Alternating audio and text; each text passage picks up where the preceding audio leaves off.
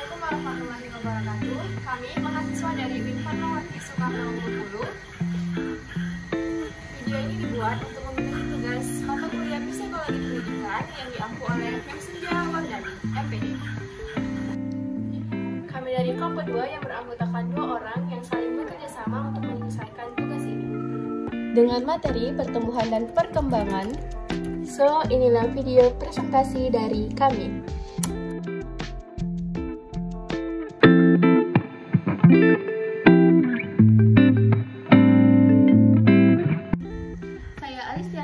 Sebagai pemateri pertama, di sini saya akan menjelaskan mengenai pertumbuhan dan perkembangan.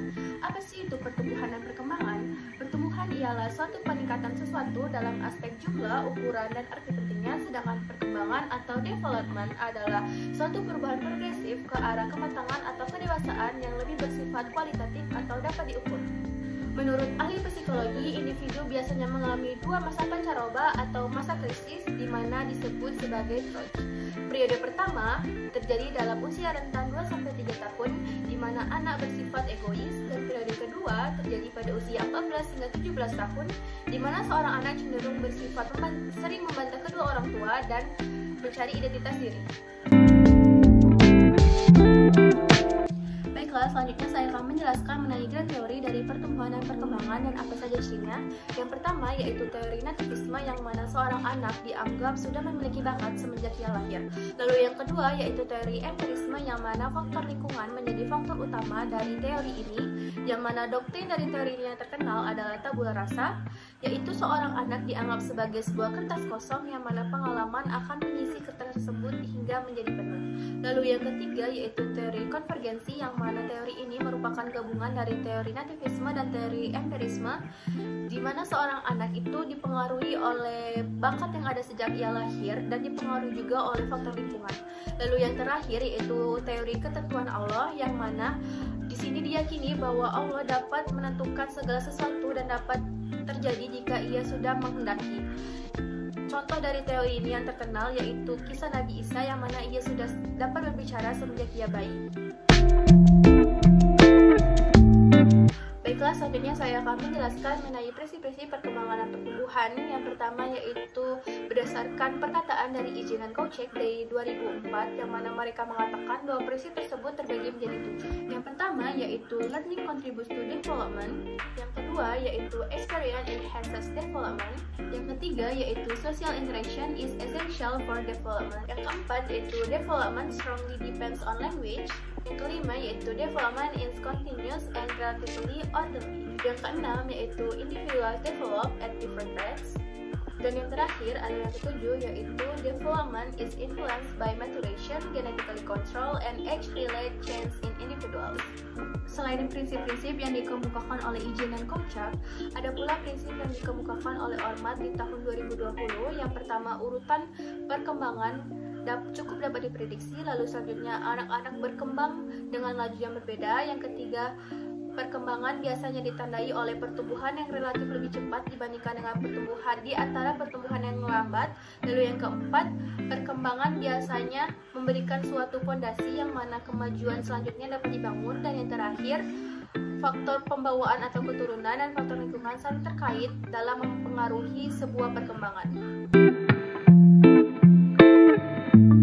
Baiklah, saya Octaviani Hidayah sebagai pemateri kedua akan menjelaskan tentang aspek-aspek perkembangan manusia. Yang pertama yaitu perkembangan fisik, berkaitan dengan struktur tubuh manusia dan fungsinya, serta bagaimana cara manusia itu memperoleh keterampilan yang akan dipilih. Yang kedua yaitu perkembangan kognitif, berkaitan dengan bagaimana cara manusia itu memecahkan suatu permasalahan, mengolah informasi, dan mencari tahu informasi. Yang ketiga yaitu perkembangan personal, berkaitan dengan individu dan pribadi manusia tersebut. Yang keempat yaitu perkembangan sosial dan moral, bagaimana manusia itu memecahkan suatu permasalahan yang dia lakukan untuk kehidupan lingkungan sekitarnya. Yang kedua yaitu saya akan menjelaskan tentang fase-fase dan tugas perkembangan. Yang pertama yaitu fase bayi. Fase bayi biasanya 0 sampai dengan 3 tahun itu disebut dengan batita, dan 3 sampai 6 tahun disebut dengan balita. Pada fase ini biasanya manusia mulai belajar berbicara, berjalan, dan mempersiapkan diri untuk belajar menulis dan membaca.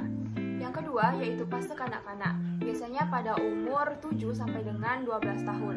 Pada fase ini biasanya manusia mulai menyesuaikan diri dengan teman seusianya dan mulai mencari keterampilan fisik yang akan dia pilih.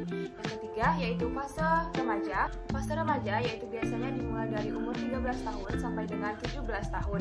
Fase ini biasa disebut dengan fase transisi dari fase kanak-kanak ke fase dewasa.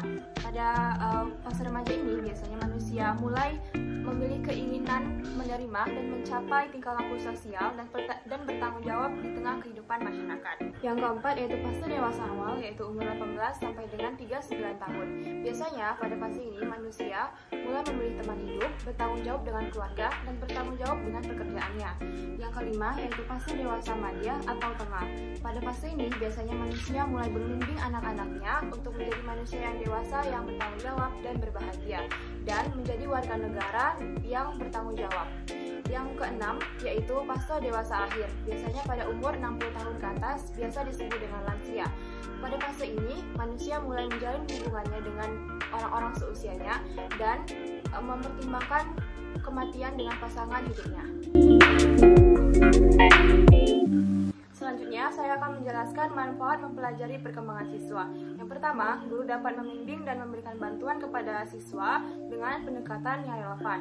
Yang kedua, guru dapat mengantisipasi munculnya kesulitan-kesulitan belajar siswa tertentu. Yang ketiga, guru dapat mempertimbangkan waktu yang tepat untuk memulai proses belajar mengajar. Yang keempat, guru dapat menetapkan tujuan-tujuan yang tepat dengan karakteristik siswa yang tepat. Baiklah, itulah penjelasan mengenai materi pertumbuhan dan perkembangan dari kelompok 2. Apabila ada kekurangan dan kesalahan, kami mohon maaf. Kami akhiri. Wassalamualaikum.